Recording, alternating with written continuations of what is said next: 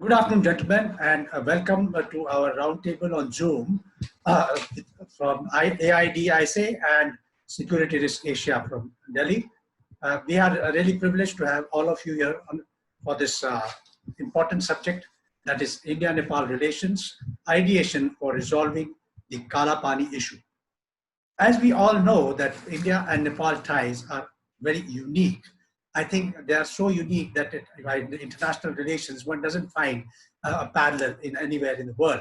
We have an open border. We have virtual rights of citizenship for our citizens.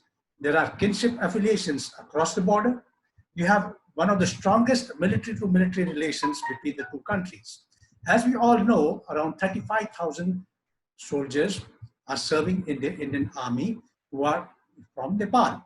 And this is, I think, something which is not there in any other armed forces in the world.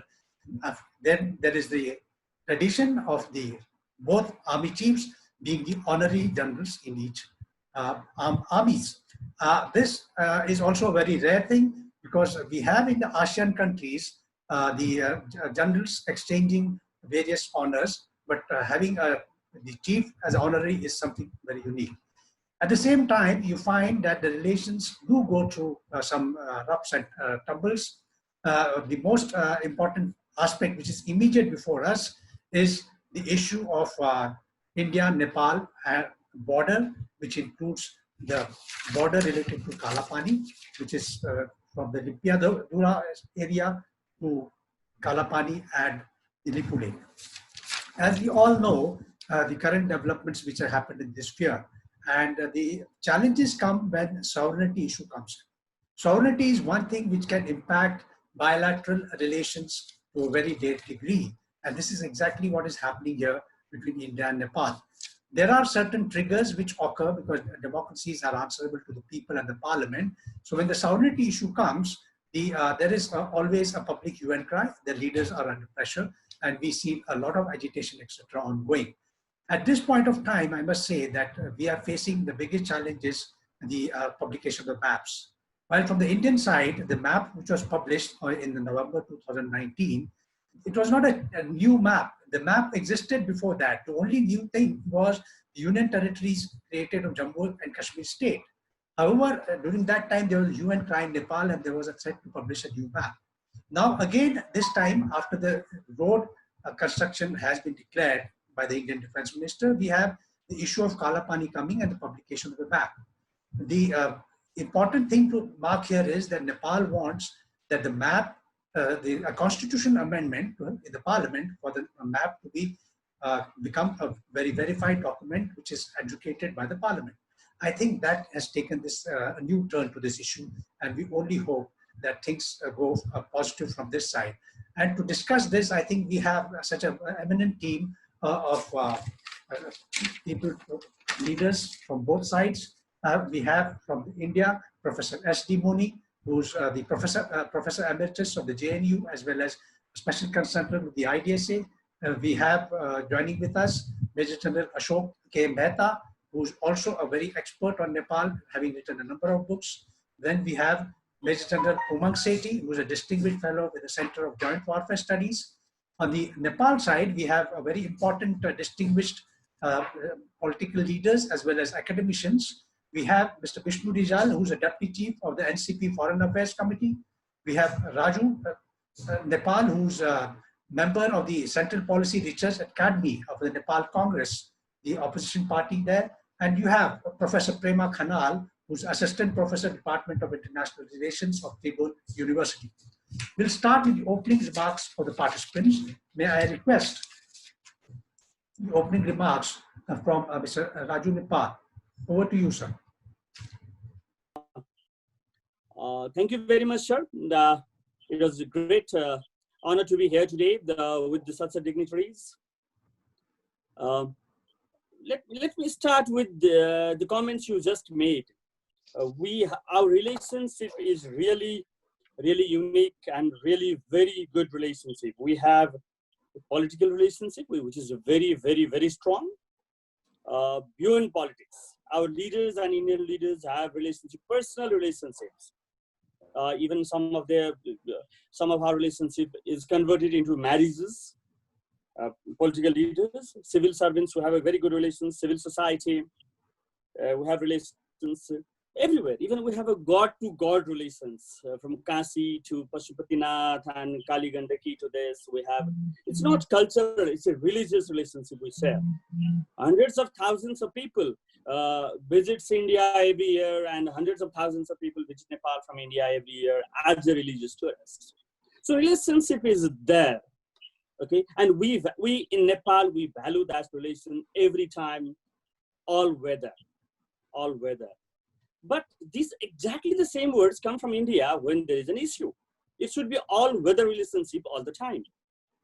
Okay, where was this relationship when blockade was implemented to Nepal? It was not all weather relationship. Okay, and now the issue of this Kalapani and Lipulekh-Limpiyadhura has come up again. The same words we are hearing, and as you said, if the constitution amendment is approved, then it will be in a different course of action. It won't, in our opinion. What I say, and I'm sure Bishnuji will say something about it a little later. It is the starting of the course. We will be making, the country will be making the environment for dialogue. By doing so, the country, Nepal, will be making environment of dialogue. Dialogue is the only way we will be resolving this issue. There is nothing else. Even about 4 or 5 days back, about 7 of the Indian ambassadors to Nepal, they were talking to one of the major leading newspaper of Nepal, and all of them said there is only one way to resolve this issue is a dialogue. Dialogue and dialogue. There is nothing else. And this is what Nepal is demanding for back. Definitely will come to the dates when our talks progresses. So to start with, what I will say is the relationship is very good. I fully agree, and it will be good. It was good. It will be good. Very good. But it has to be all-weather relationship between Nepal and India. It's not that when issue comes, we should not be saying relationship, this, that, and all. But we have faced several blockades from India. Okay, we have, even now, if you go to the very small issues, although this is not the time to talk about those, there were hundreds of issues, not 1, 2, 3, 4. We should not have any issue, in my opinion. In my opinion, Nepal and India, whatever relationship we share with each other, we should have no issues left. But we have hundreds of issues in trade and transit, in borders. Even we're talking about Kalapani today. We should be talking about Susta some other day. And we should be talking about some other issues as well. Okay, this is what I have to say. To begin with, I'll be saying some more after hearing the dignitaries here. Thank you very much, Mr. Raju. It's very, very important points you've made, that we have to have an all-weather relationship. May I now request Mr. Bishnu, would you like to comment, make your opening comments? Thank you very much for giving the opportunity. I'm very much grateful to be here with such a prominent intellectual like Professor Muni sir. As we all know, Nepal and India are facing a difficult situation now. Yes, we have a very good relationship. We have some kind of unique relationship. Our relationship goes back to centuries. It tied with cultural, religious, some social, political relations also. But in recent days, after India introduced a new map after reorganization of Jammu and Kashmir on 2nd of November 2019, Nepal objected that with its reservation that this territory, which is included into Indian map, that belongs to Nepal. Nepal sent diplomatic notes to India, and after that, Nepal requested for the foreign secretary level dialogue twice, but India didn't respond positively. At the meantime, there was a problem of COVID-19, and both countries, we are fighting against this pandemic. But Indian Defense Minister inaugurated a road to Mansarovar, which is passed through Kalapani area, which we have already claimed it. So the problem again come to the effect, and we also requested Indian side to have a foreign secretary level dialogue. So we gave a diplomatic note again, and the situation is not good now, as we all know. So I think we should sit together to resolve this issue, because we have experiencing some provocative speeches here from Indian side also. There are so many people who are making the provocative speeches, including Army Chief of India. We talk about the very cordial relationship, age-old relationship, and even our people are serving in Indian Army. But the leader of that army, the chief of that army, expressed something about Nepal, and he undermined our sovereignty. And the situation is getting worse than bad now. I still hope that there is a much possibility of dialogue between two great countries. We have no option than dialogue. I hope that some back channels are already activated, and I hope government of Nepal is trying its best to have a dialogue between two countries. We have many kind of mechanism, foreign secretary level mechanism, joint commission between two. Sorry. Yeah, please go ahead. Please. And we have a mechanism of joint commission between two foreign ministers, and I hope that wisdom will prevail, and we will sit together for a dialogue. That territory belongs to Nepal. The Treaty of 1816 that which demarcated the boundary between Nepal and India, and we have no another treaty except that to demarcate the border of western hill region of Nepal and India. Yes, there are other treaties also about the border of Nepal and India, but about that part there is no another treaty. So we are confident that we have sufficient proofs, we have sufficient document, we have sufficient maps to claim that land is exclusively belongs to Nepal. And we want to produce all these maps, proofs to our Indian friends. For that purpose, we want to have a very grateful, very fruitful dialogue with India. And I hope that we'll be able to convince our Indian friend that that territory belongs to us. Thank you, Mr. Bishnu. I think you have emphasized on the dialogue portion, and we hope the dialogue goes ahead. We welcome General Ashok Mehta. Welcome, sir. We started a bit early because of the earlier time frame change. We welcome you. We have Mr. Raju Nepal here, who's representing the Nepali Congress, Mr. Bishnu Rijal, who's representing the NCP, and we have Prem Khanal, who's from the Tribhuvan University. Professor Muni, I think you know very well, so I don't introduce him. And we have the Sethi. We have just finished the opening statements by Mr. Nepal, who said that we must have all-weather friendship between India and Nepal. We have heard Mr. Bishnu Rijal, part of it you already heard, who speaks of a dialogue.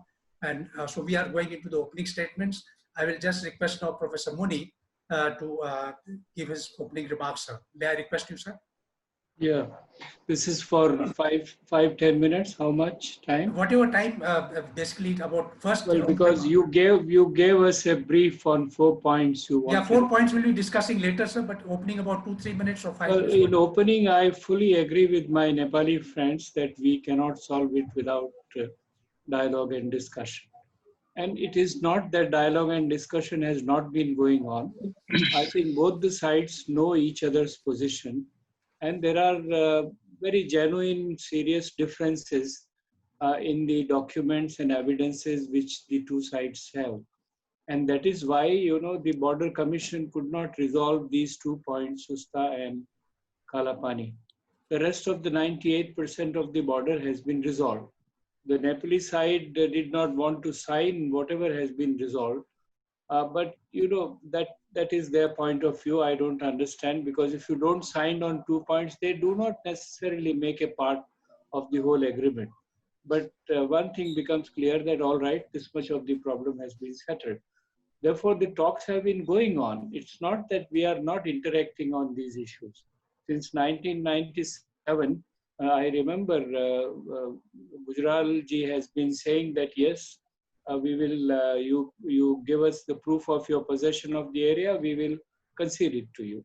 So since then it is going on, we are talking about it. Both the sides have their own evidences. We will discuss in a short while. And I agree that by raising political heat, it may serve some purposes. I know there is a new wave of nationalism in Nepal.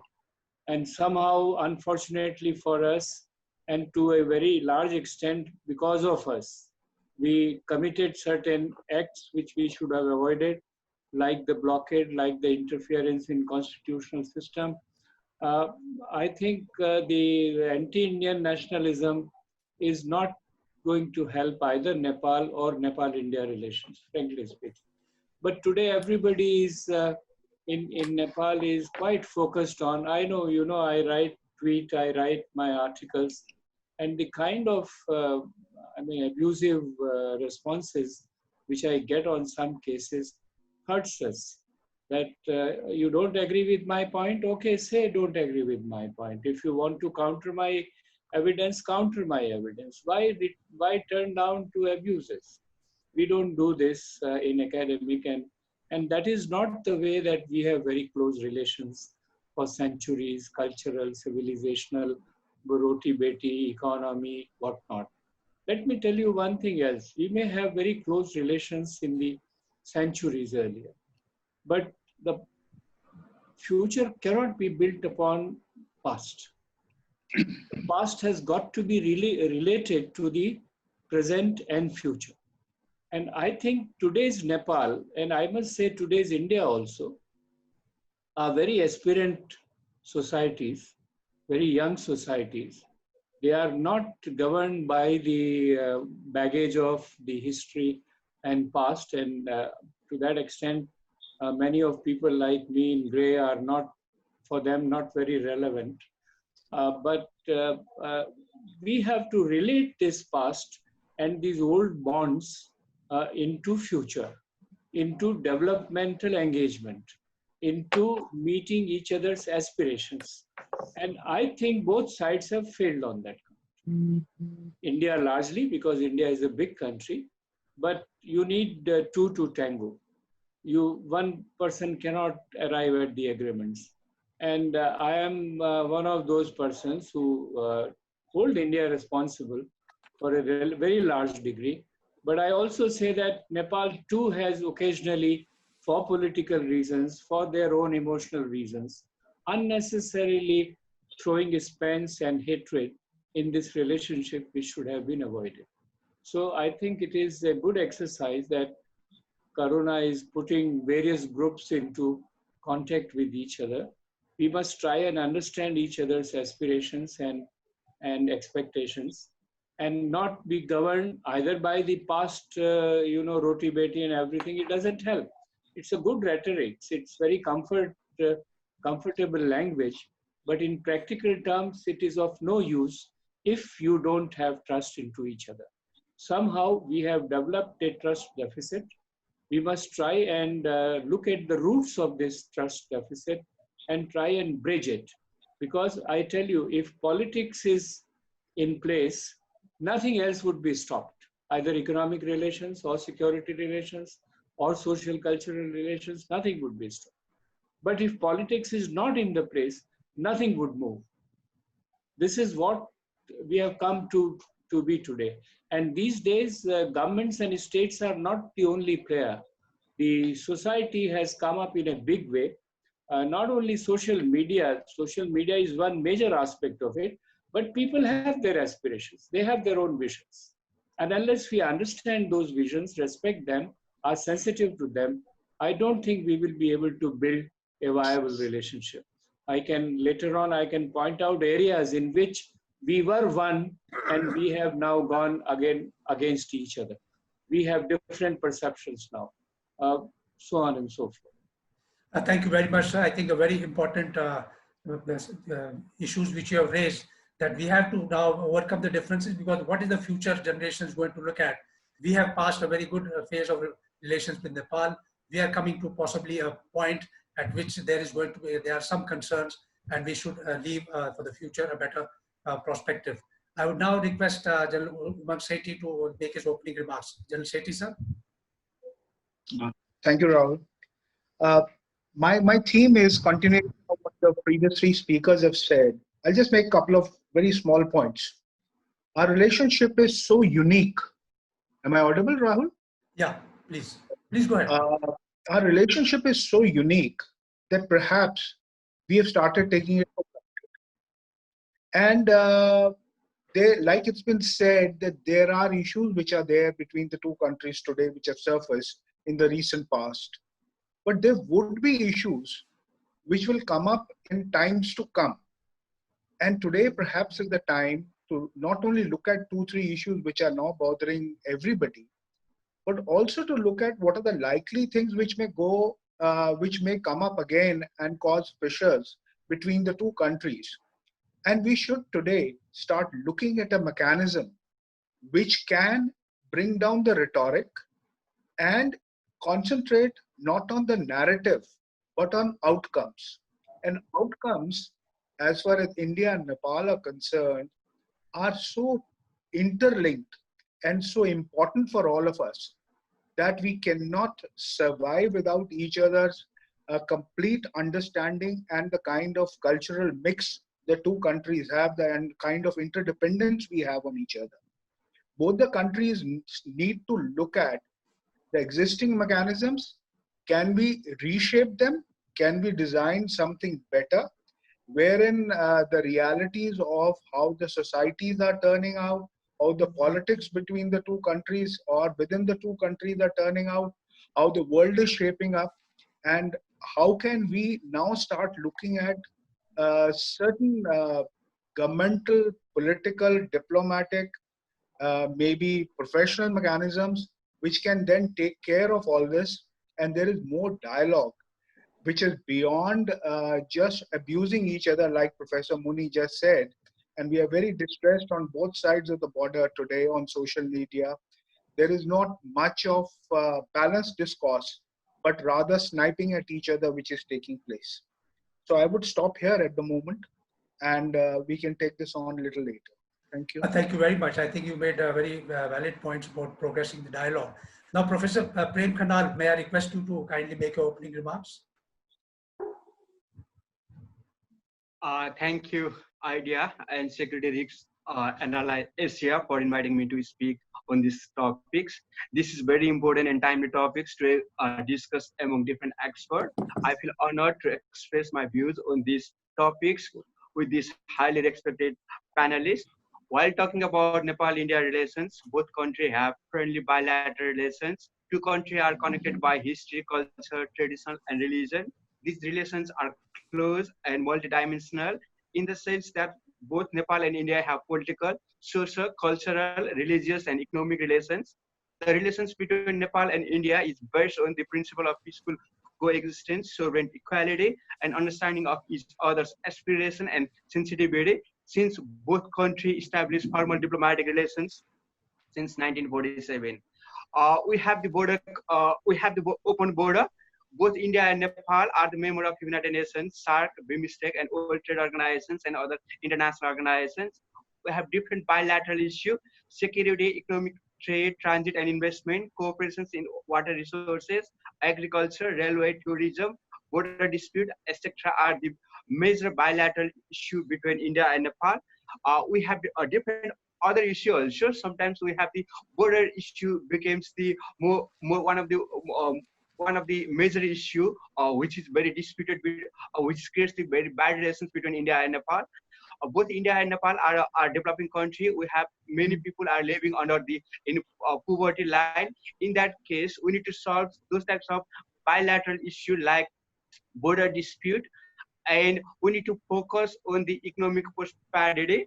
because both India and Nepal, they are developing country. They are all, we do not, we always must focus the economic prosperity of our both country. Prosperous India and prosperous India and prosperous Nepal are the aspiration of both country people. That's why prosperous or strong Nepal can serve the Indian interest in Nepal. That's why I think if we have the border dispute, we need to solve those types of border dispute through diplomatic negotiation, and we need to create the new atmosphere, and we need to create the our relations which is focused on economic prosperity between both India and Nepal. Thank you. This is my opening remarks. Thank you very much, Professor. I think you made a very important point that economic prosperity of both countries, the people of both countries, particularly at this point of time when the economic growth is going to be hampered by the COVID-19, it is a time for us to sort of resolve these very tricky bilateral issues on territory and focus on economic relations. Thank you very much, Professor. May I, General Mehta, sir, may I request you now to make your opening remarks? We just read your wonderful article today in the Wire, and you gave a very good insight and very good perspective. I'm sure all of us will benefit from your discourse here. Namaskar to all my colleagues on this panel, especially to the Nepali friends. I think we've had in the last couple of months, starting in November, to date, two sets of debates, mainly in Nepal, one after the map and one after the road. And largely, in my view, to domestic political compulsions in Nepal and this new wave of hyper-nationalism, we have arrived at a crisis situation today. I call this a crisis situation because for the first time in the history of India-Nepal relations, we have Nepal come out with a map. I think this map is, some people say, first time after 1816. I would say after 1860. But that's not the issue. The fact is that Nepal has come out with a new map. And for the first time, Nepal has deployed troops. They are establishing armed forces posts on the western border at Changru, at Japo, near Tinker. They're building a road to Tinker. So a lot of activity has been triggered off by these crises. But politically, the more dangerous area that this crisis is treading into is the fact that Nepal is considering a constitutional amendment, which is being discussed now. It was discussed yesterday at an all-party meeting in Nepal, in Balwatar. And once this constitutional amendment passes, because Nepali, the Nepali Congress, the Nepal Communist Party is shy of only 9 or 10 seats. So it's not a question of the passage of the bill, it's the consequences of the passage of the bill, and then this issue will get internationalized. Now that's a very, very serious situation which will damage India-Nepal relations irreparably. And I would therefore urge both sides to tread cautiously and get on to the path of diplomacy as soon as possible. This constitutional amendment and the follow-up action must be preempted, in my view, and we should revert to the track of diplomacy. And I have suggested a couple of ways in which diplomacy can proceed further. If the current procedures don't work, I've suggested other means which we can come to later.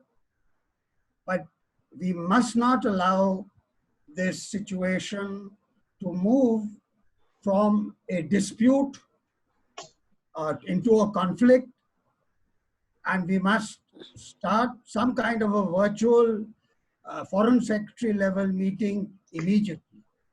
I'll come back later. Thank you very much, sir. These are very relevant comments.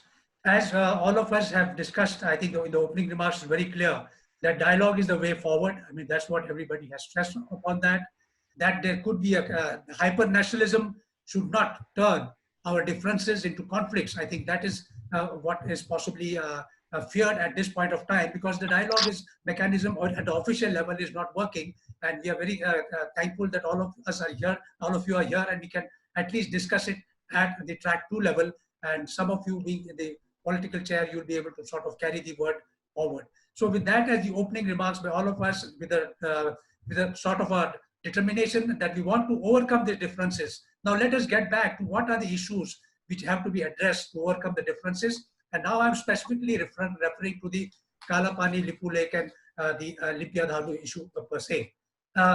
What is the main issue here? What is it? Is it a cartographic issue, as General Mehta wrote in his article also, and as we all know? Is it an issue of the differences over where the Macaulay River starts?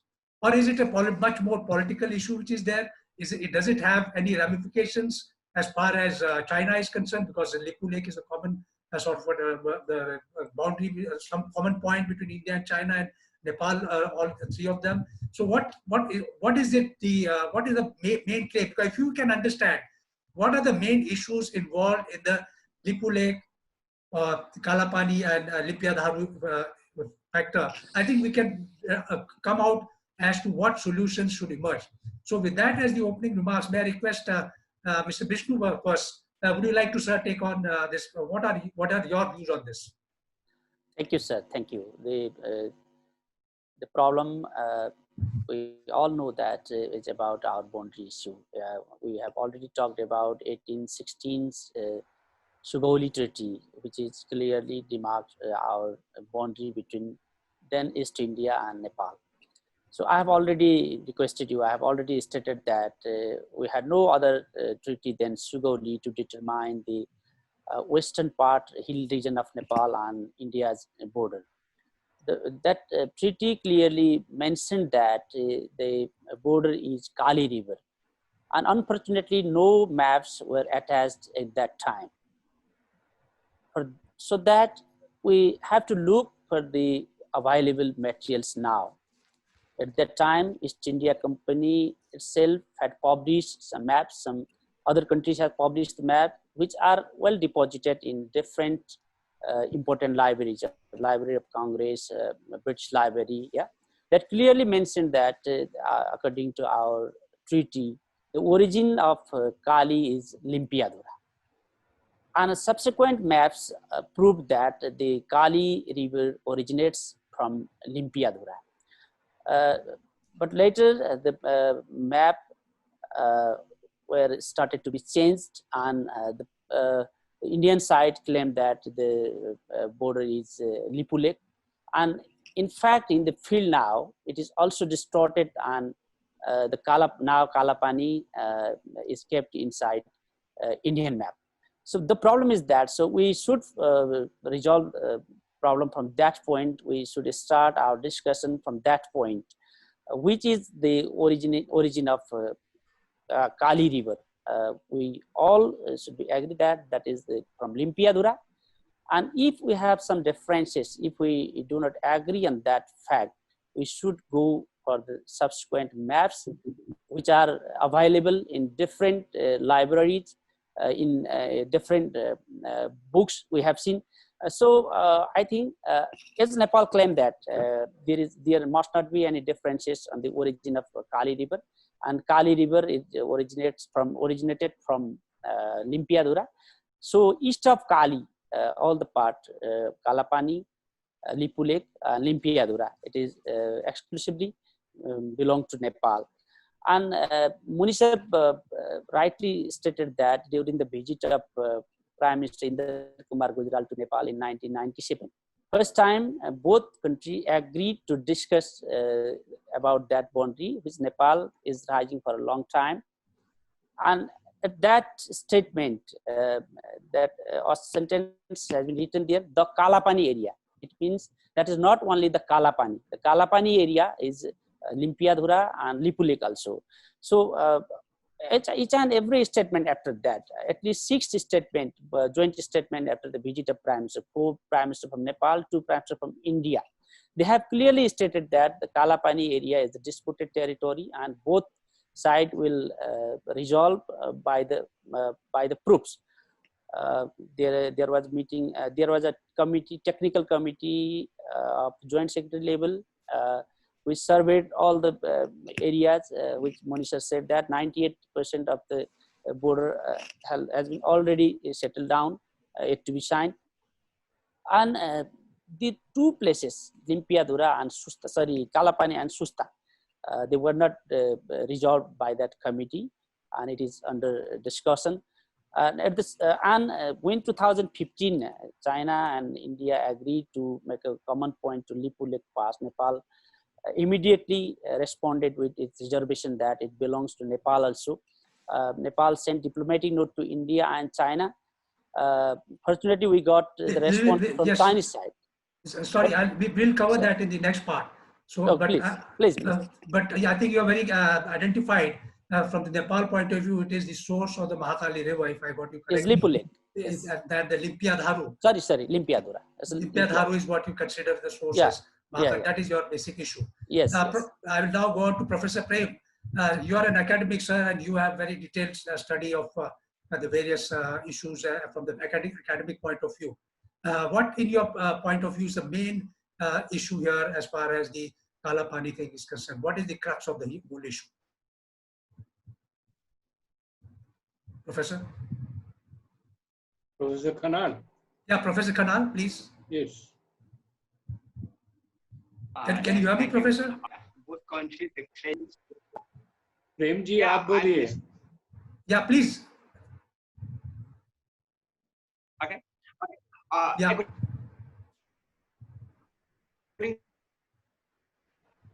Okay, I think we are not able to hear you. We are not able to hear you. We'll just come back to you once. Nepal claim is that. Professor, we are not able to hear you at present. Article 5 of. Hello, Professor? Professor Prem, we are not able to hear you. I'll just come back to you. I'll request Professor Muni, sir, for your kind comments on this claims. I think Bishnu ji has started with 1816 treaty, and both India and Nepal accept 1816 treaty. There is no dispute about it. The problem is the ambiguity in the treaty. I'll tell you 1 or 2 things. One, you have already pointed out that it did not carry any any maps, but maps were published after the treaty, and 2 sets of maps were published. One from 1816 to 1860. And second set of maps after 1860. After 1860, you have some maps which show this area into India. One of the map, I put it on even my Twitter, which Kanak Mani has also carried in his article, and there are many other maps. And it creates some. The first problem arises from the fact that there are 2 sets of maps. One set of map shows what Nepal is saying its position. Another sets of maps show what India is saying is its position. So there is a dispute. Now, secondly, treaty and maps are one set of evidence. There are other sets of evidence also. The other sets of evidence is the usage, possession, the citizens who are living, people who are living there, their surveys have been done, their tax revenues are there, their ration cards are there, their Aadhaar cards are there. And here again, both Nepal and India have their own evidences. Let us be very clear. So number one, on the maps and on the treaty, Both the sides have their evidences. Second, on other items also, they have their own evidences. And it is a fact that before the Gorkha kings took this area, this route, which has been objected today, was being used for Kailash Mansarovar Yatra by all the pilgrims, Hindu pilgrims, mostly from India. You know, the Nepal king, Nepal as it is known today, was brought in by Prithvi Narayan Shah. You know, before that, India existed in a different way, Nepal existed in a different way. But Kailash Mansarovar has been a route for a very, very long time. So that is yet another kind of evidence. Further, in the modern period, why it is that Nepal had not raised any objections before 1980. And you know, my Nepali friends know that in Nepal, people are knowledgeable of saying that yes, king knew that there is a army post from India in the area, King Mahendra, and he allowed it. In fact, army post in that area started building up after 1955. The whole issue started not with Mahendra, with MP Koirala. When after what happened in China, both India and Nepal were worried that Chinese may do something here, there. So let us have our security done. And at that time, Nepal wanted its armed forces to be modernized. Therefore, an Indian military mission was stationed in Nepal for many years to modernize the Nepalese army.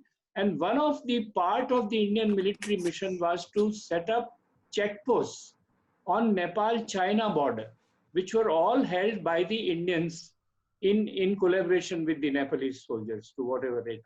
There were about 16 or 18 or 14, you know, checkposts there. Checkpost starts from the so-called border pillar 1, which is in Lipulekh. There is no border pillar which Nepal has before Lipulekh. And Lipulekh is considered by India and China. Nepal is now refusing it, but earlier Nepal also accepted that as the tri-junction. So even when the Chinese sign an agreement with you, they say Lipulekh is a tri-junction. When they sign an agreement with us, they say Lipulekh is a tri-junction.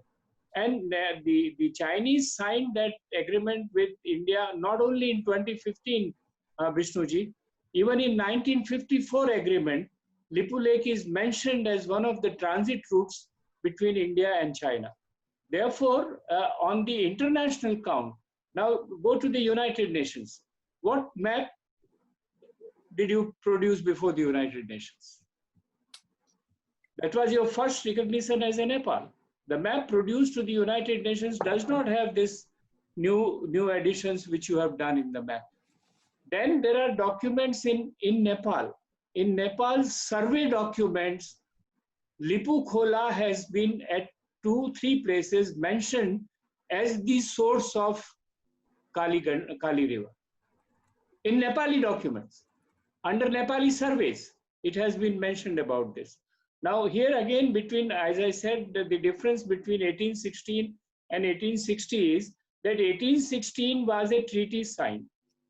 Within 1816 treaty, it is written very clearly that the two sides will survey the whole area. And the Tarai portions which were added to Nepal later on the request of Nepal king, were actually added after the surveys being done. Now, I don't have seen yet any evidence if the survey of this region was also done. But I guess that after 1860, you have different maps. Therefore, they might have come out by whatever the British had surveyed there. So the British had their own problems. Most of the brothers try and understand, most of India's border problems with the neighbors are creation of the British. There were 3-4 lines. McMahon line is a problem. Durand line is a problem. The Redcliffe line is a problem. There are all kinds of lines which India is dealing with it. So it is a problem handed over to us, or it is an area handed over to India by the British. When you say Indian encroachment, there is no new Indian encroachment. The Nepalese knew for a long time that Indians were there. They are even having their establishments there. King Mahendra did not raise problems. Your survey maps show that the origin is Kali. In other areas, Kali origin is Limpiyadhura. That is also right.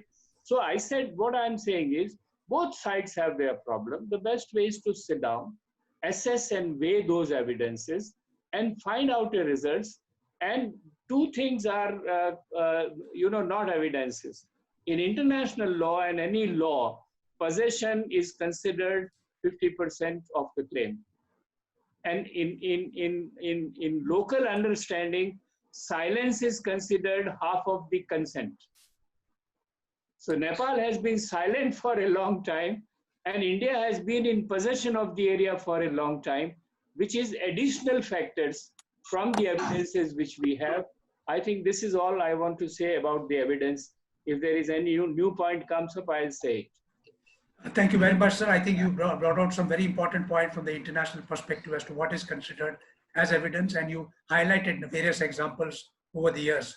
May I request Mr. Raju Nepal, sir, would you like to now make your comments? This is specific to the claim, sir, so that we have a good understanding of from the Nepal point of view. Thank you, sir. But rather than these things, what we're talking about, the claims, what are the laws, what are the issues, how to claim it, this should be sorted out by the technical people at the table. Where today, our main objective is to de-escalate the situation, what is happening between two countries. Okay, but first, let's see. First, I just would like to say something about the silence part. Nepal is not silenced. G.P. Koirala raised this point with Atal Bihari Vajpayee. Sushil Koirala, when he was a prime minister, he sent a note both to China and India when that agreement is done in 2015. That doesn't mean silence. And when this time... I said silence for 150 years. For the last 30 years, no silence. Agreed. Second thing is, from the very beginning, it is accepted by both the countries that this is disputed land. When we both of us agreed that this is disputed land, there is no question of being silenced. One. Second is possession doesn't mean that the land belongs to you. That is another part. There is so many things in our personal life also it is happening. Now, why situation got escalated and what we should do is the first thing we need to talk about. Because of two reasons. We were talking, there was a committee to talk about it.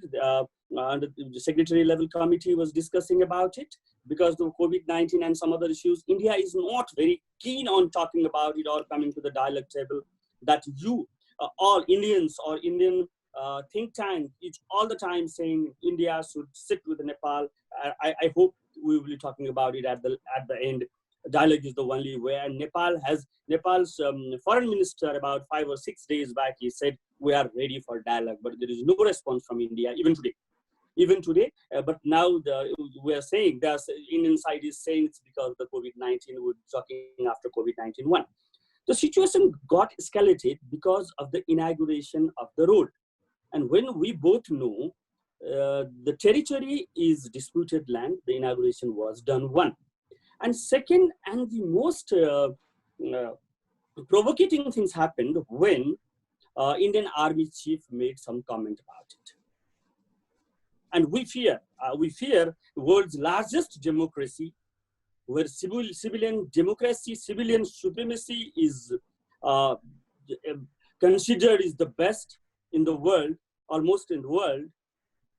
By after hearing his comments about political issues, is India shifting their paradigm shift towards military supremacy against the civilian supremacy or what? This is what the escalating factor. Muni sir has raised some points about hates and all. It is happening in both the ways. We regret for that. You must have seen what happened to Manisha Koirala about a week back when she said something, she wrote something in tweet. Not only from the public, even the Indian whole media was against her. Whole media was against her. This is happening, this is bad, we must stop it. This is bad and we must stop it. But here, we, at this point in time, what are our claims and what is India's claims? That is to be sorted out by the people of that field. I would say the surveyors, civil servants, political leaderships, and all technical people, not us. Our job is to make the environment for dialogue. We must start dialogue immediately from the various levels. If we start, Muni sir has said some Aadhaar card, and as you rightly said, you might have Aadhaar card.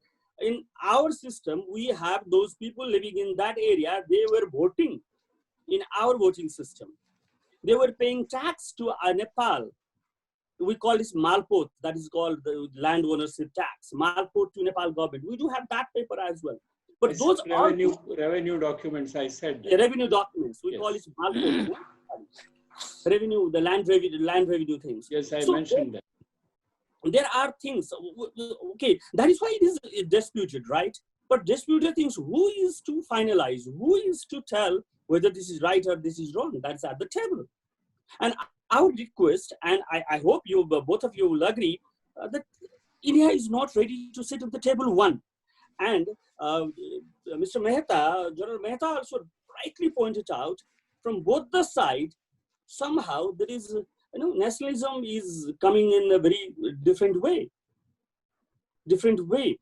And the too much of nationalism, I don't know where is it taking to us in India and in Nepal also. So we have to be very, very, very careful in that line also. So instead of going towards on producing the document, what document we have, what map we have, what we have submitted to the UN, by our forum here, we should give the solution how to solve it. The solve is only dialogue and only dialogue. No hate speech, no hate talks and all. When you talk about hate things, Nepali media have not spoken anything against Indians. Few people might have written something in tweets or Facebooks. I fully agree. But look at the Nepali media. But look at the Indian media. The major victim of the Indian media is Indian people. We know that. But still, look at the Indian media, what they're doing at this point in time. So from where it's happening, let's de-escalate that thing first. Then let's make these things. And regarding mapping, disputed land, when a country inaugurates the road, and when the country's army chief says something, Nepal has its right to issue the map. Nepal has its right to claim the land, which it is being doing for long, and pass the map from the constitution. Thank you very much, sir. I think you have highlighted a couple of issues that, of course, we were discussing the claim so that we get a general perspective as to where we should start with. May I now request General Mehta, sir, if you could kindly put in your view on this particular important aspect, which has now been discussed in fair amount of detail, but your sharp perspective will be very important. Yeah, sharp indeed. Let me start by mentioning that during my walks since 1959 to date, from Mahakali to Mechi, I have come across sources of the river and water which are named like Pokhri Pani, Tato Pani, Chiso Pani, Jumle Pani, Rato Pani, and Kalapani. It should have been actually Kalo Pani if it was on Nepal side. But I know that this is a very, very emotional issue for the Nepalese, because there is a military post on allegedly Nepalese soil, an Indian military post on Nepalese soil, not just one, there is one at Navi Dang also. And these ITB posts patrol right up to Lipulekh Pass. The second point I want to make is on the source of the Macaulay River. According to what I know from the maps, that source of the Kali River, of the Macaulay River, is east of Kalapani. And from east of Kalapani, it goes further slightly east and follows the watershed principle and joins somewhere near Tinker Pass. That only a map can explain. And that is the stand of from the 87 map. That, so you have Limpiyadhura, you have Lipulekh Pass, you have Kalapani, and you have Tinker Pass. These are the four sources of the rivers that have been identified. And the technical or the techies have not been able to establish firmly and formally which of these is the correct one. So that debate continues to go on. About Kalapani Post, let me tell you something. If you read my book, Royal Nepal Army Facing the Maoist Challenge, then in that it is clearly mentioned that in 1952, when the Indian military mission was established at the request of King Tribhuvan, 21 border checkposts were established. And according to Buddhi Narayan Shrestha's book, Border Management, those checkposts started from a place called in the west, near Tinker Pass, and going to Changuthap in the east near Mechi. Two places, Lipulekh Pass and Kalapani, were not included. Kalapani and Lipulekh Pass were not occupied as part of the border checkpost. And Nepalis, when Nepalis say that India vacated the 20 posts and did not vacate this post, that is wrong. In 1971, we were asked to vacate, or rather 1970. 79. No, in 1970, sir. Sorry, 1969. Yeah, 1970, if you... 69.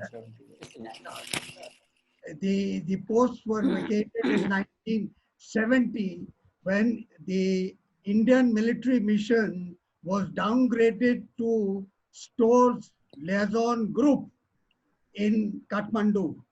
And I was there at that time in Kathmandu. So that historical fact of Kalapani ever having been occupied as a border checkpost is wrong. The next point I want to make is on the dispute that started after India produced this map on 2nd of November 2019. I was again in Nepal at that time.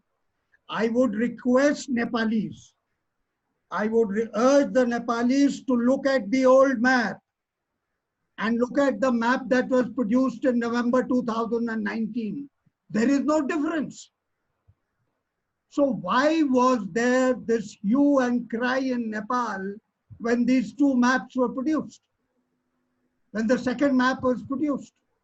Nobody looked at the map, whether in fact it was any different from the map that was produced before the new political map after J&K reorganization. Nobody looked at that. So please look at that, my Nepali friends. And if you see there is no difference, then I have to rest my case. India has to rest its case. As far as the road is concerned, the road, Blacktop Road, has been built for the last 12 years. It is under construction. The entire Nepali establishment, the security establishment knew this road is being constructed. 2008. Why is it that only after Rajnath Singh tweeted, in my view, he should not have. He should have just kept quiet about it. The moment he tweeted, there was another storm. Quite unnecessary. And the last point I want to make on these claims and counterclaims, and I say this very responsibly, in 1992 or 93, former Foreign Minister of Nepal, I have said this before in Kathmandu in August 2015 at a seminar organized by Sunil Kesey, what I am now going to say, that in 1992 or 1993, former Finance Minister and former Foreign Minister Rishikesh Shah at the India International Center gave me a map, gave Ashok Mehta a map of Nepal of 1923 vintage, signed by Chandra Shamsher Jang Bahadur Rana and the British political resident, in which Jang Bahadur Rana had gifted Kalapani area to the British at that time. And I say this again very responsibly, that I have that map. So that map should also be considered as part of the documents that we are considering now. And my very last point I want to make is that, you know, as everybody is saying, you can say this and I can say this. You will say that and I will say this. But we will not come to any resolution. This matter is a matter concerning India-Nepal relations.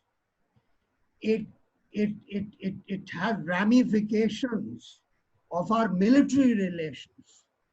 We have the most unique military relations between India and Nepal, where Nepalese soldiers are in the Indian Army. And the army chief in Nepal and the army chief in India are honorary generals of each other's armies. And there's a whole host of things that happens between ex-servicemen from the Indian army in Nepal, between the Nepal army and the Indian army. And all this will get damaged because there are domestic political compulsions. I think what is currently happening is about 80% domestic political compulsions. I agree that India has made mistakes. Perhaps India has dragged its feet on giving a date for talks. Equally, the Prime Minister of Nepal has been very, very insensitive about comments in Parliament about the Indian flag, the Indian emblem, and about the virus. No Prime Minister will talk about a friendly neighbor with which we claim civilizational and special relations the way the Prime Minister has spoken. I do not know what overcame Oliji. He's a very, very remarkable, erudite politician. And so there must be some very, very compulsive reasons for him to have said what he said. And the last thing is, and this has to be said, that India realizes that at the moment, there is a left communist government in Nepal with an overwhelming political majority at local level, at the National Assembly, at the lower house, in the provincial governments. This is an unprecedented political power situation. Till 2023, nothing will change. And the government of China and the Chinese have taken full advantage of this. And it is India, Nepal is a sovereign country. It's its choice, the kind of relations it wants to maintain with China. But China must also be, Nepal must be sensitive to India's security concerns of what happens. And therefore, I think, as all of us have said, that we must persuade, goad, and urge our political class in both countries to immediately take recourse to diplomatic talks immediately. Thank you very much, sir. I think very relevant and, as I said, very sharp comments. What has very clearly emerged is that we must go in for a very early dialogue, because the sensitivities on both sides have been hurt in many ways. And these sensitivities on both sides at some point, in some issues, they have been hurt for realistic reasons. On some issues, they have been hurt on artificial reasons, as General Mehta pointed out. For example, the map is a very classic case. When you have a map which was published purely from the point of view of showing the union territories of Jammu and Kashmir being divided post the constitutional amendment which was made by the Parliament of India. If that was the issue, but I think we did not even look at the previous map and the whole thing started. So similarly, I think sensitivity on both sides have to be respected, where he has accepted that India has also made certain errors in not quickly addressing these issues. So may I, with that as a backdrop, may I now request Professor Prem, would you kindly join in and give your comments on the claims and the other issues? Can you please give your comments, sir? It is my turn. Yeah, please, Professor Okay, Prem. thank you. Thank you so much. I have some technical problem previously. Sorry for that. No problem. Both countries, they have their own claims. Nepal has also different types of claim, and India has also different claims. Then in international relations, if there is any dispute or any problem, we can solve those types of problem through dialogue. That's why both countries, they have their own claims and counter claims.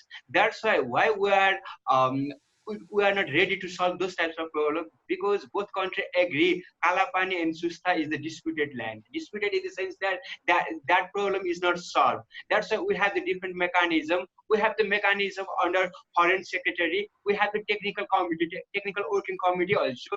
That's why if both countries are agree, Kalapani and Susta are not the problem which is not solved until 8, then in that sensitive case, then when India make the new map and when they make the new road, then it creates some problem in Nepal also. That's why though we have the problem, both countries agree we have the boundary problem. That's why it is the right time to solve those types of long-term problem.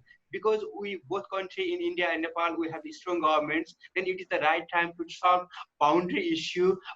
Then when we solve the boundary issue, we can create the good relations between India and Nepal. That's why instead of claim and counter claim, it is the right time we can give those types of issue to the negotiator.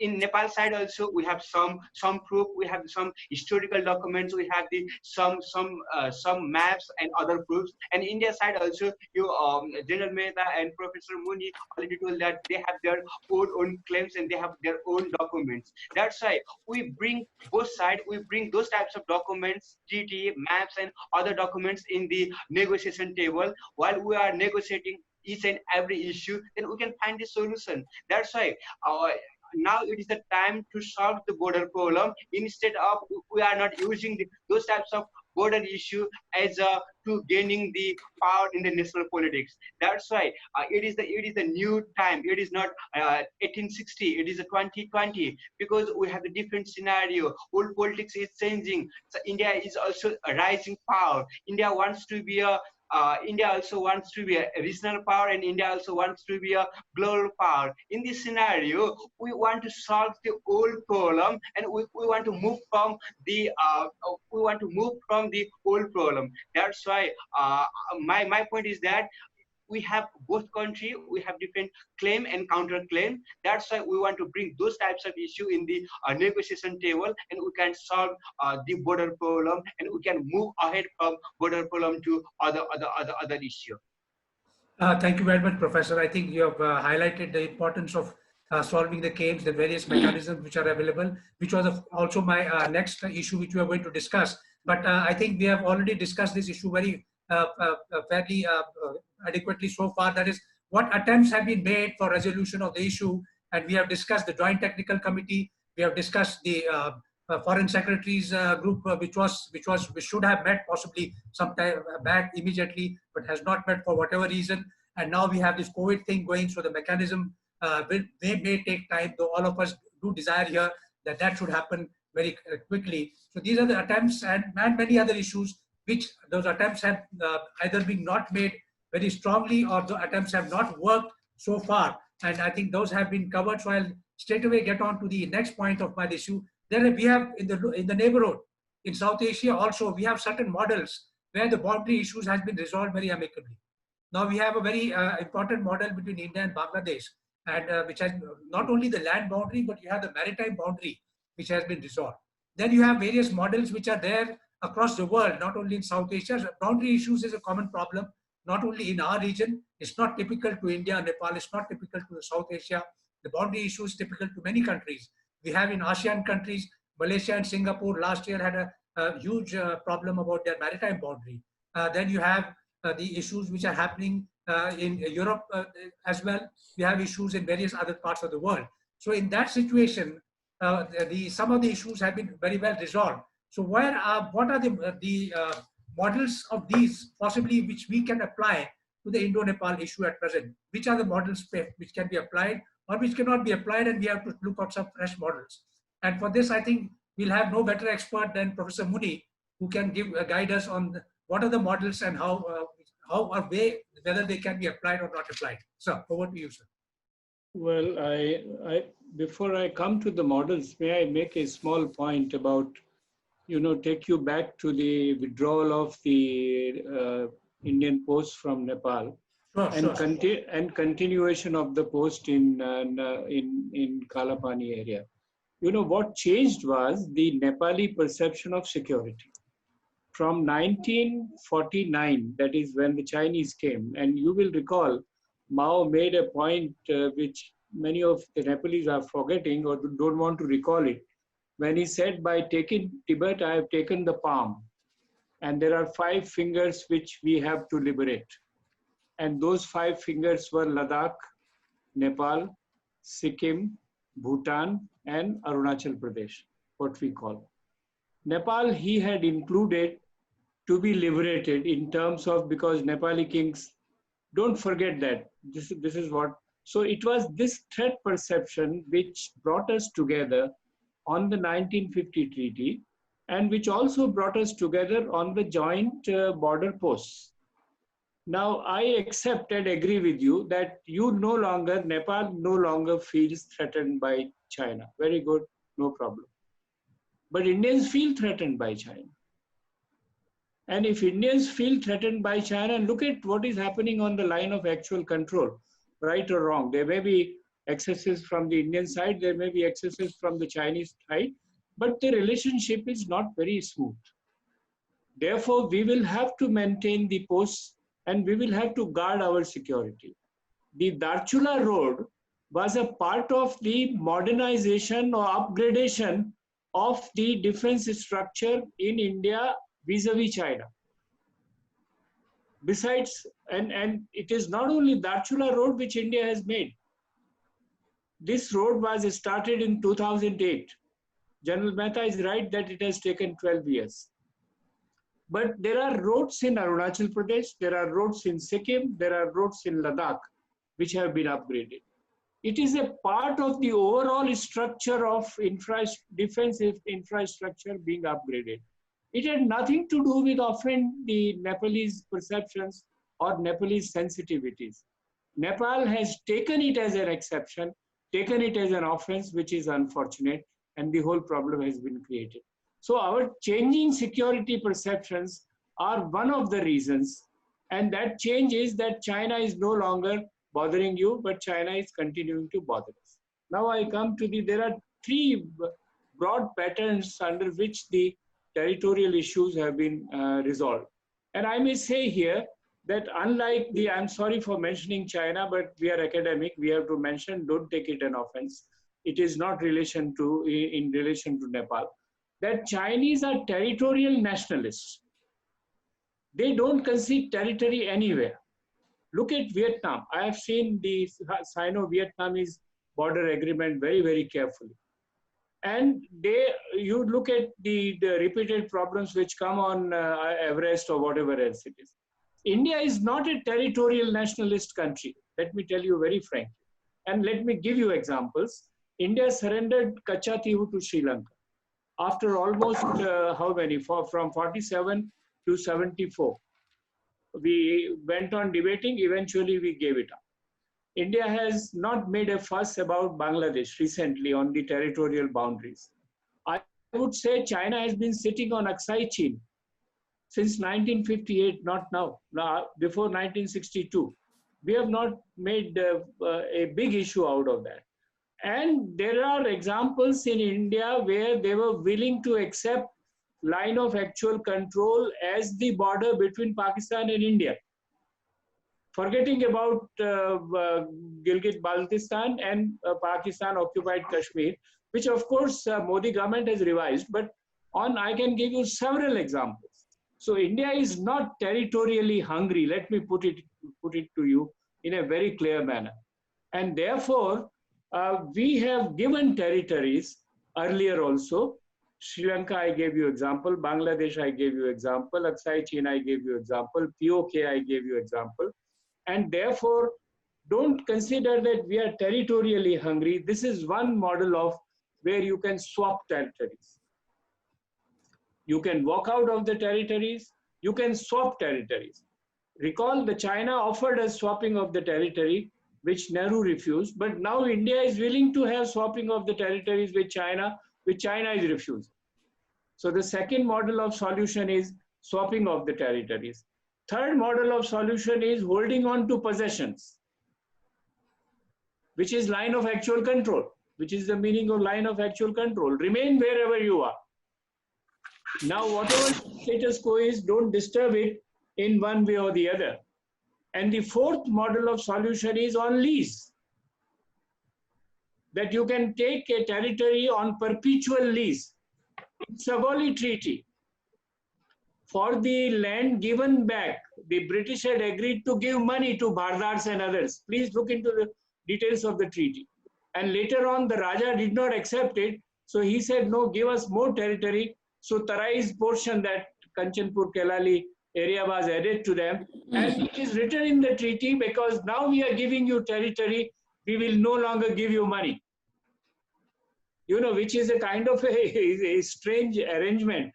Since you are asking me for the models of solving border issue, these are some of the ways in which border issues, when the dispute on documents, etc., is not resolved. You know, like Kachatihu, dispute on document, etc., was not resolved. Bangladesh, dispute on documents, etc., was not resolved. Bilaterally, it is not resolved. Then also you can solve it bilaterally by one of these measures. I'll stop you. Very, very important points you have made, sir. What you have tried to intend that these issues, if it cannot be resolved in a technical manner, a political resolution is possible. Yes. Political resolution has been made possible. Only way out, not only possible. That's the only way out. That's the only way out. Or if Nepal and India wants, okay, let us, like the East India Company and the Raja of Nepal, put our forces against each other, which would be very stupid on our part. No, I don't think at present we are even saying that. You are theoretically talking about solutions. Yeah. So you're very correct, sir. I mean, there are various models are available, and those models, I think, can be used or applied in this case as well. So let me go on to Professor Prem. Sir, you'll also be studying these models very, very carefully in the past. Could you suggest any other solution or agree or whatever has been said? Professor Prem, sir. We only talk about the in political level. We need to be political solutions of this problem, because we have the different types of dimension about India and Nepal relations. Diplomatic dialogue is the main tools to find a solution of border problem between India and Nepal. First, we need to create the positive atmosphere for diplomatic dialogue to resolve the boundary issue. To solve those types of boundary issue, we need to talk about the in political level, both country prime minister, they need to talk urgently, because now a situation is instead of going to better, it is going to worse. That's why that is first we need to create the good atmosphere for the dialogue. Maybe we need to go back to the different historical documents and treaty and others. We can follow different types of models like give and take, like India and Bangladesh. They also have similar types of solution. They can give, one country give some land to the other, and some country get some other land. But those types of solution we can find on the proper negotiation with proper historical documents. That's why, in my view, in the beginning, urgently we need to do some virtual meeting between India and Nepali Prime Minister level, because we have already virtual meeting between both country Prime Minister. Then another issue is we do not need to make any Kalapani issue, do not make the both countries a prestigious issue, because when this issue will rising, at that time one country need to come back, or there are maybe other solution also. If we make Kalapani or other border issue as a prestigious issue, because it will be create more problem, because South Asian people, especially in India, Nepal and other countries, people are more emotional than European and other country. That's why we both country people, India and Nepal, they do not make the Kalapani issue as a prestigious issue. Another is to solve those types of problem. We have other non-state actors or other media, intellectual people are very important to solve these types of problem. Track to diplomacy is also follow, but particularly if we talk about the which model is suitable to solve the border issue, we have different types of model. If we talk about Nepali case, we have the Sagarmatha dispute with China. We talk with China on the basis of different maps, historical documents, and proof. Like same way, we can solve the those Kalapani-Lipulekh-Limpiyadhura dispute with historical documents and different treaties and old maps and other documents also. That's why first we need to sit together for diplomatic dialogues. Thank you very much, Professor. I think very important point you made. Mr. Raju, would you like to say something on this as to what type of a model from the neighborhood? Oh, very. I just want to say a few things. Here, the dispute is only about the river. Okay, which one is Kali River? Okay, which one is Kali River? So, just identifying, there are some models of identifying the river, or the river's name.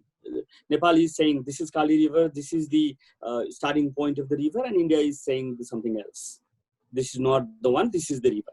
We have solved this exact problem in our eastern part of the border with India itself, in Mechi. We have already solved the issues, as all of us note, and 98% of the border issues is solved. Why don't you take the same approach like we did in the east to the west and solve the issue of origination from where the river originated, and the problem is solved.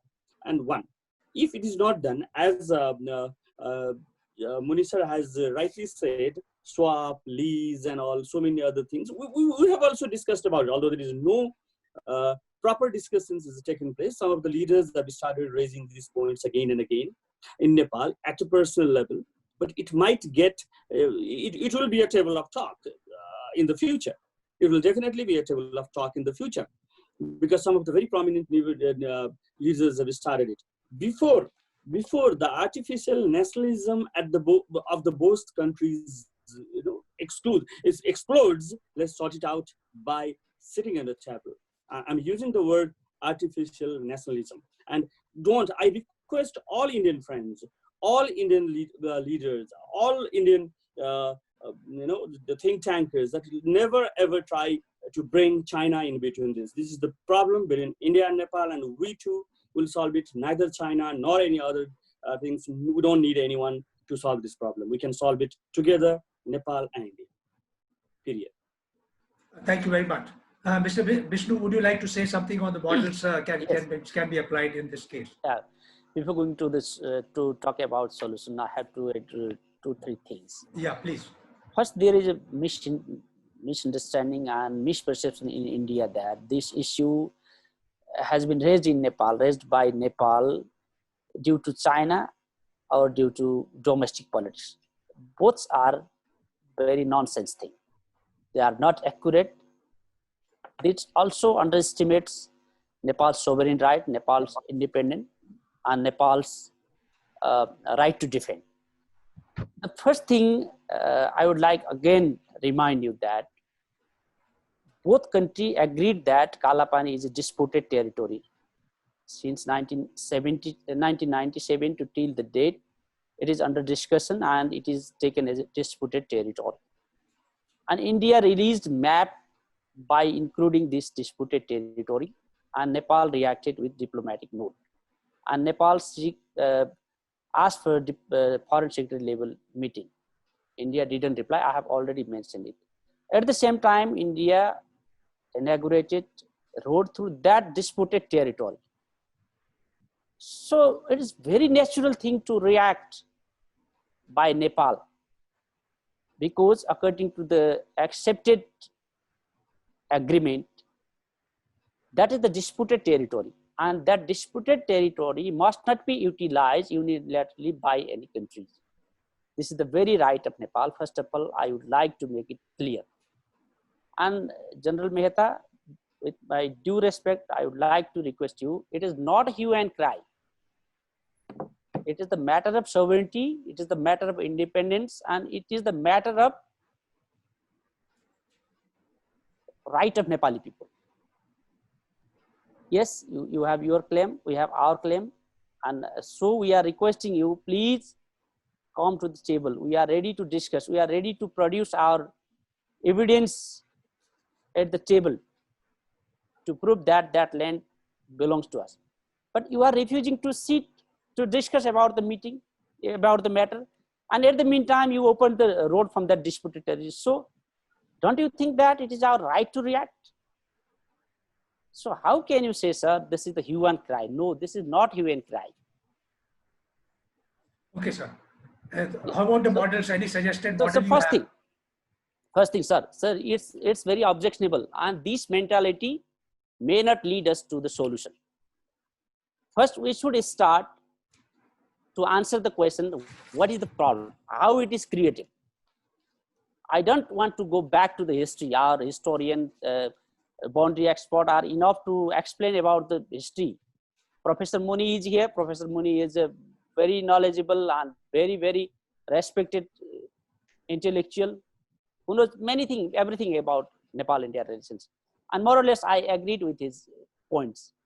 Very logically, he is raising the point here. That should be considered, that should be discussed. But to blame any country, to accuse any country, that kind of discussion. No, actually, there's no blame. There's no blame. Like we are just stating what General Mehta said was he's compared the facts. So that's there was no blame as such, and he no, also no, sir. I don't want that is based on the fact, because let me complete. In 2015, India and China made an agreement on Lipulekh. Nepal reacted at that time. No party doesn't matter. And one thing, some of our Indian friends are continuously raising that this is Nepal government is trying to raise this thing due to its internal or domestic crisis. No, it is not the matter of any party. It is not a matter of only any government. So we are going to pass it from the parliament. In Nepal, it is a national consensus. It is the matter of unity, and all political parties are agreed to issue the new map. So I would like to request to understand the sentiment of Nepali people. Yes, I want to see India not as a territorial, any kind of aggression. It is much bigger than Nepal, 22 times bigger than Nepal. It's the largest democracy of the world. It is a very world neighbor of ours. And we want to have a very good relationship with India. So we talk about the relationship between Nepal and India. It is not necessary to drag China here. Yes, China and India, they have their one difference. They have their one problem. We better understand. And if, I hope, I don't think so, but if they would have some kind of war, that won't be from Nepal. They have a long territory they have joined. So I think that when we talk about our relationship, we should limit this within our own relationship. Please do not try to drag any other's country. It is ultimately underestimate of our independence, underestimate of our sovereignty. Right, sir. I think you have covered your very sentimental and attached views. I think we very respectfully, we do respect that and we do honor that. Let me assure you, all of us have very deep regard for the respects of the Nepali leaders and the Nepali people. Now I request General Mehta, sir, if you have what type of models which are there regionally or globally where we can possibly apply in this situation. Yeah, before I address that particular issue, I just want to go back to what Bishnu ji has said on Nepal's point of view about the road, Lipulekh Pass, and the map. I want to remind him that only last week, Nepal's foreign secretary, Mr. Bairagi, met the Chinese ambassador on Lipulekh Pass. This is in all Nepali newspapers. And the Nepali, the Chinese ambassador reportedly has said that this is a bilateral matter between Lipulekh Pass, is a bilateral matter between India and China. And as far as Kalapani is concerned, Kalapani is a bilateral matter between India and Nepal. And as far as the border issue is concerned, whether it is Tri-Junction or Kalapani or Lipulekh Pass, until the border dispute with China, India-China border dispute is resolved, the Tri-Junction area cannot be fixed, and the location, the problem about Lipulekh Pass cannot be solved. So these are bilateral and trilateral matters, the Tri-Junction part. Now, on the models, in addition to what Professor Muni has said, I covered some of these in my article in the Quint yesterday, but there is an issue that Mr. Rijal, Bishnu ji raised, question about sovereignty. This is a very, very serious issue. And if you will recall that at the very beginning, I had said that for Nepal, Kalapani is a highly emotional issue.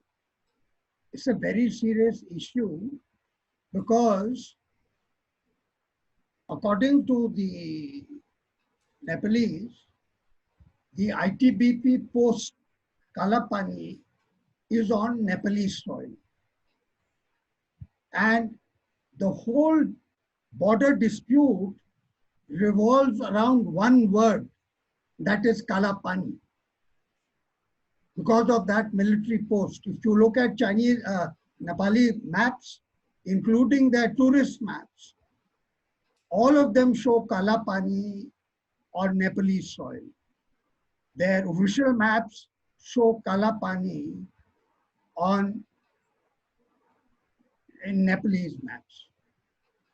So Kalapani cannot be wished away by my saying that it comes from a tributary east of Kalapani, or Mr. Rijal saying that it comes from Limpiyadhura.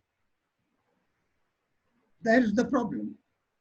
But on the question of sovereignty, one of the models which was used in the Northern Ireland dispute, in the Irish dispute, which was attempted in the India-Pakistan 4-point Musharraf formula, and which could be relevant here also, but we haven't reached that stage, is the question of joint sovereignty.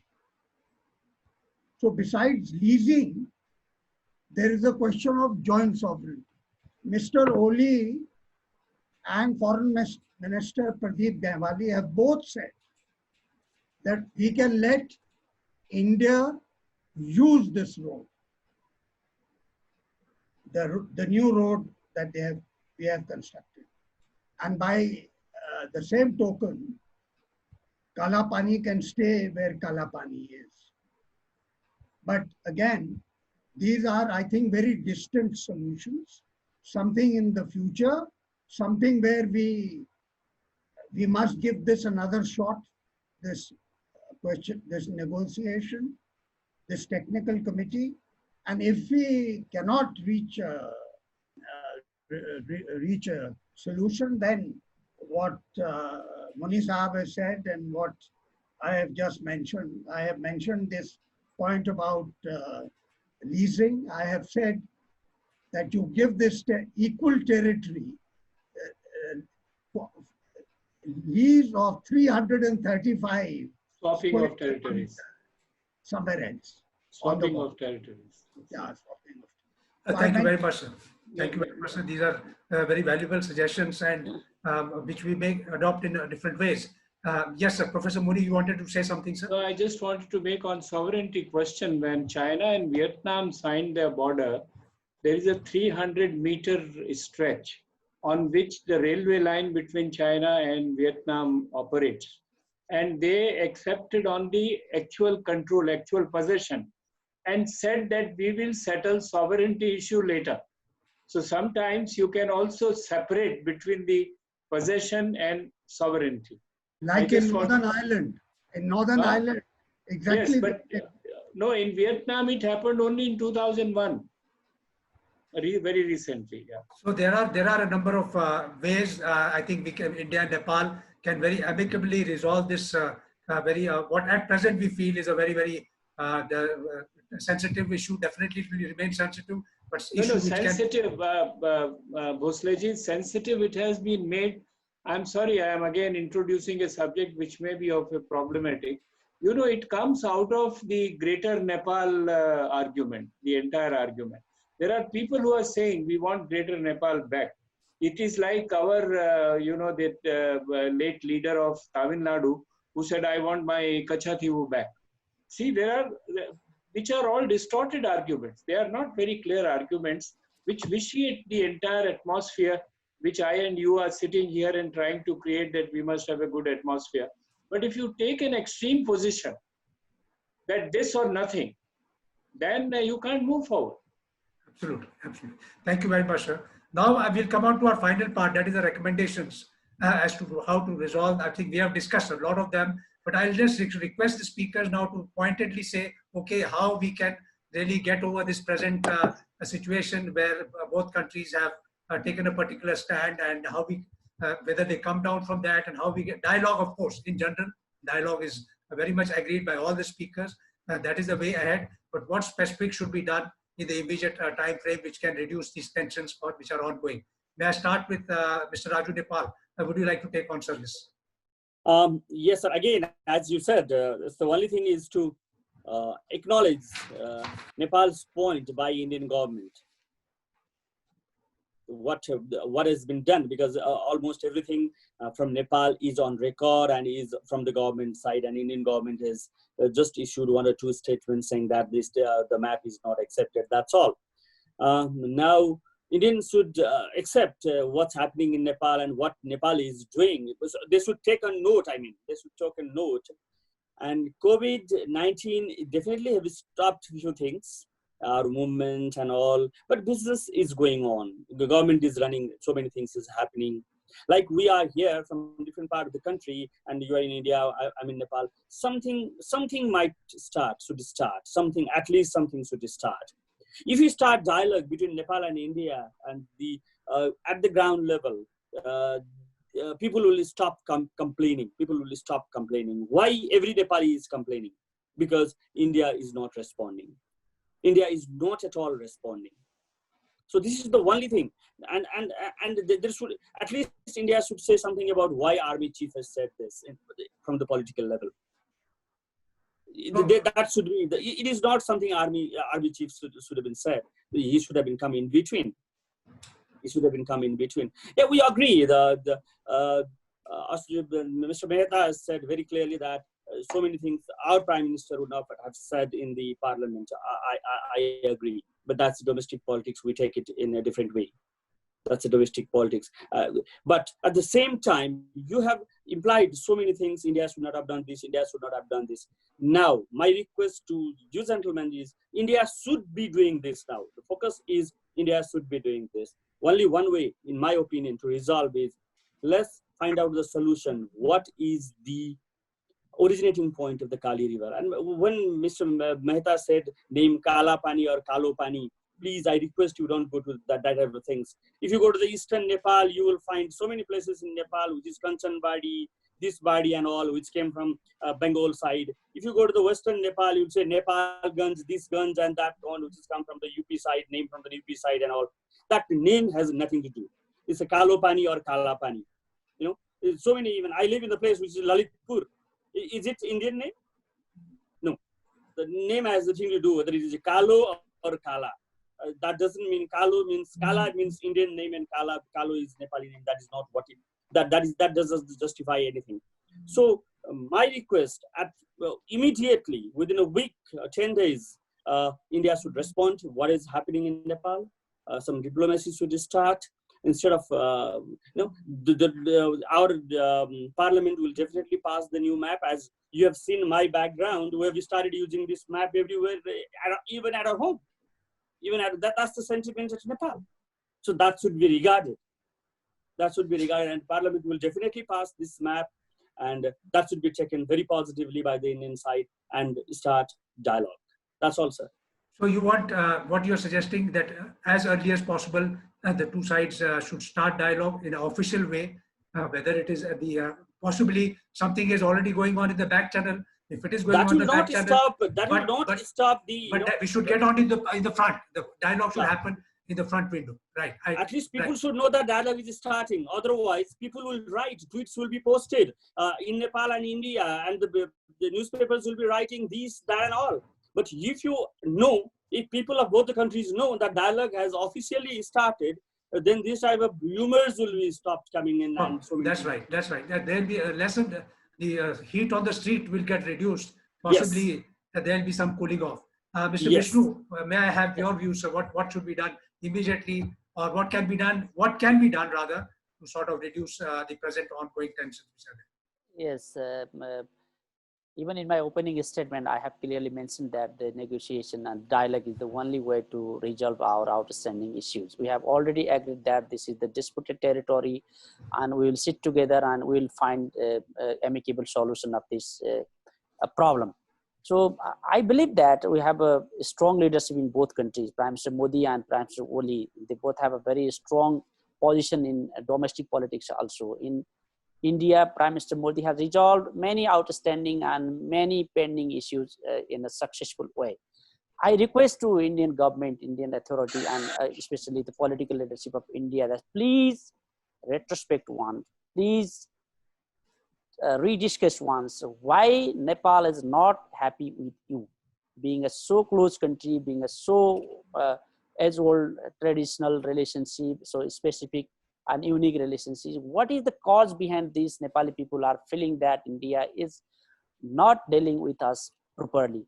So if our leadership pick up a call, Prime Minister Modi and Prime Minister Oli pick up a call, and even a single call will be sufficient to diffuse the tension, to de-escalate the situation. I have already mentioned you that we have established mechanism. One of the important is the foreign secretary level mechanism. The second is the foreign minister level joint commission. And after that, both prime ministers are responsible for all the things. So I hope that, yes, there is still a scope of back channel talks also. I hope that it has already been started and the official level negotiation should be started soon without delay. without giving much space to talk negatively to the people. Yes, in both sides, we have seen some provocative statement. And especially, I would like to request our Indian intellectual diplomats who are widely respected here, widely seen here, widely heard here, please use proper language, respect sentiment of Nepali language, Nepali people, and please respect our age-old tradition. Thank you, Mr. Bishnu. General Mehta, sir, would you like to say what final recommendations, what would you like to cover? Before I make my recommendations, I would urge the Nepalis on this panel and the other Nepalis to please look at these maps, the alleged maps, the old map and the new map, over which this row started in November. So those maps must be looked at, number one. Number two, I agree entirely that the remarks made by our Chief of Army Staff, who is also the Honorary General of the Nepal Army, were inadvisable. And as far as talks are concerned, I would say that, and I've said this earlier, and I'll say this again, that we can have a virtual meeting. At the moment, the ball is in India's court, because India said initially that they will speak after the pandemic. After Prime Minister Oli's remarks and the maps, the government of India has said that Nepal must create an atmosphere that is conducive for talks. Now that is the last statement by the government of India, that the ball now is in the Nepalese court, because India has said that I'm giving you the official position. This is not what I am saying. This is what the government of India is saying, that Nepal has to create the conditions for dialogue. I am saying that unconditional dialogue should start immediately, and this can happen as a virtual meeting between the two foreign secretaries, and they can lay out a roadmap of how to proceed further post-COVID-19. But we must break the ice now through a virtual meeting and not wait for Nepal to create the atmosphere, or for Nepal to say that no, we didn't get a date for the meeting. Unconditional. Let bygones be bygones. Let's start this dialogue immediately.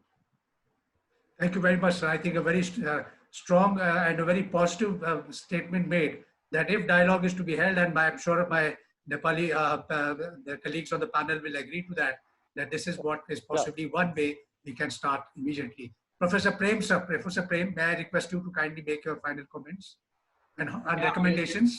Yeah, I also agree with my previous panelists. Yeah, diplomatic dialogue is the main tools to find the border solution, because in our history, our relations between India and Nepal, we have different problems in the past. For example, we can talk about in 2018 Kodari highway case, or 2008 Indian checkpost in the northern side, and we can talk about in 2045 while Nepal bring the military equipment from China, and we have the different ups and downs in the relations. We solve those types of relations through diplomatic dialogue. Like same way, we can solve the border dispute also in diplomatic dialogues. Like same way, I agree with my previous colleagues that we need to solve those types of problems through diplomatic dialogue. In the first point, we need to create a positive atmosphere for diplomatic dialogue to solve the boundary issue. First, we need to create the virtual meeting between both Indian and Nepali Prime Minister level, or Foreign Minister level, or Foreign Secretary level, and we need to create the ice break, and we need to create the positive atmosphere for the diplomatic dialogue. Then in that case, we have the different actors, they are like the media, intellectual, and different peoples.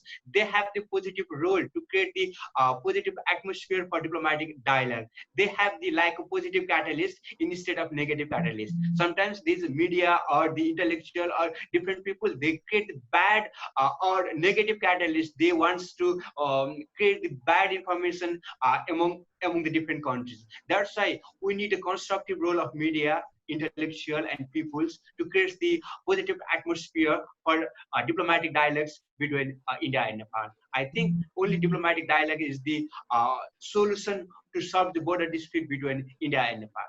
Thank you. Thank you, sir. This early diplomatic dialogue. Professor Muni, sir, may I request your final comment? Yeah, a couple of points. One, Raju ji is, I mean, everybody is saying India did not do anything, should dialogue. Let us make the background very clear with us. The two technical teams were talking to each other. Two diplomatic level lower channels, they were talking to each other. And when they came to the point that they can't agree to each other's position, there is an official understanding, I underline, official understanding that until then status quo would be maintained. So long as we cannot resolve these points, this is mutually agreed, officially agreed, that we will maintain status quo on these issues. Now that status quo has been disturbed in a way by what India thinks is Nepal's issuing map and going to the parliament and saying things. What Nepal thinks is because of India issued a map and India built a road and army chief said something. These are the 3 points. I agree that the army chief had no business to make political statements. We have said it in India without, not necessarily for Nepalese. We also say, in fact, even his predecessor, we had raised objections about it, that the army chief should not make any political statement. The problem arises if army chief has been prompted by the political authorities to make that statement, then there is a serious problem. But I agree with you that he should not have made this statement. But so far as the map and road is concerned, I am reminded of a Urdu sher, if you want me to say that. वो बात जिसका फसाने में कहीं जिक्र न था, वो बात उनको बहुत नागवार गुजरी है. Our road and our map were not to offend Nepal. The map was really to show the Kashmir position. And the road was really to upgrade the infrastructure vis-a-vis the Chinese. आपने उसका इतना बुरा मान लिया, पता नहीं, हमारी समझ में नहीं आता ये आपको अब जैसा अशोक मेहता जी ने ठीक कहा, हमारे पुराने वाले नक्शे में और नए नक्शे में कोई फर्क नहीं है. इंटरनेशनल बाउंड्री को हमने नहीं छेड़ा है उसको किसी ढंग से. और आप देखिए ना, आपका अपना मैप उठाइए ना, जो कॉन्स्टिट्यूशन के वक्त में ज्वाइन किया गया. कॉन्स्टिट्यूशनल अमेंडमेंट की पोजीशन क्यों आई है? क्योंकि जो कॉन्स्टिट्यूशन के साथ आपने मैप लगाया है वो अलग मैप है, अब जो बनाया है वो अलग मैप है. तो ये प्रॉब्लम हमने नहीं क्रिएट की है. हम आपसे बार बार ये कहना चाहते हैं. This is what we want to say. Anyway, having said that, and I again repeat that I don't think army chief should have made the statement which he made. But coming back to it, it has already been agreed to have a foreign secretary level discussions. So you don't have to create anything new. Let the foreign secretary level discussions start. The foreign secretaries will not talk major points unless they get the political clearance. And therefore, once they have settled the issue, a political solution can be brought about. The only problem has been that India said after COVID, Nepal says right now. I would concede Nepal's points right now. Okay, let us start the talks. If that is which has created all the problems. COVID, because they wanted to have a delegation level talks and they could not travel to each other, there were practical difficulties. But like this dialogue, the foreign secretaries can sit down and now have a dialogue. And a lot of Indian diplomacy is being conducted through wires these days. Yes. Through these technologies. Even so the there is no harm. Yeah, so there is no harm. You start the talk, and whatever comes out of it, keeping all these things in mind. Lastly, Bishnu ji and Prem ji, देखिए हम लोग academic को सरकारें नहीं मानती है. सरकारों का अपना दिमाग होता है. Sir, we understand you. You are very important. Governments have their own minds. Sir, I have to. Of no use. No, sir. You are of no use to the governments. No, sir. Unless no, governments finds that I can use this. Sir, I want to make only one point. बताइए. When Inder Kumar Gujral was the Prime Minister, as I think you are the Inder person Kumar who Gujral advised. जैसे Prime No, Minister. sir, let me. Nehru के बाद आया ही नहीं हिंदुस्तान में. Let me complete, sir. All right. Yes, when All right. Inder Kumar Gujral was the Prime Minister, as I think you are is one of the most important foreign policy advisor, and we people like Nepal, the small countries, small neighbor of India. No, that's very kind of you. I am saying Inder Kumar Gujral जैसे Prime Minister 1.5 साल से ज्यादा टिक नहीं पाया इस देश में. Okay, thank you very much. Nehru ऐसा था जो हमारे जैसे लोगों को कंसल्ट करता था. उसके बाद यहाँ कोई ऐसा प्राइम मिनिस्टर नहीं आया who wants to, जिसकी हिम्मत ये हो कि ब्यूरोक्रेसी से बाहर जाके वो लोगों की सलाह ले. Thank you very much, sir. ये मेरा मानना है इंडिया की. Anyway, छोड़िए इंडिया की foreign policy. Thank you very much, gentlemen. Thank you very much for your wonderful participation and your very views. I think what has emerged, the one point which has emerged very strongly is that there should be a dialogue, and that dialogue should start immediately, if not urgently, and by whatever means possible, possibly with the way we are interacting. And that is, I think, one strong message. At foreign secretary level. At foreign secretary level. At the foreign secretary level, it can start, and it should start as early as possible. I think that is a central message which I feel has emerged from our discussion. Thank you very much for the participation. It has been a very open participation, and we will be putting up this discussion in the website of IDSA as well as ours. I mean, not IDSA, DSI, the Nepali think tank. And there, your views, I hope, are heard by the various people on both sides, so that we can enlighten ourselves to this. Thank you very much, sir. Thank you very much, Mr. Nepal. Thank you very much, Professor Muni. Thank you very much, Professor Prem, Mr. Bishnu, and General Mehta, and General Sethi. Thank you very much for participation. Thank you very much. Thank you. Thank you, sir. Thank you. Thank you.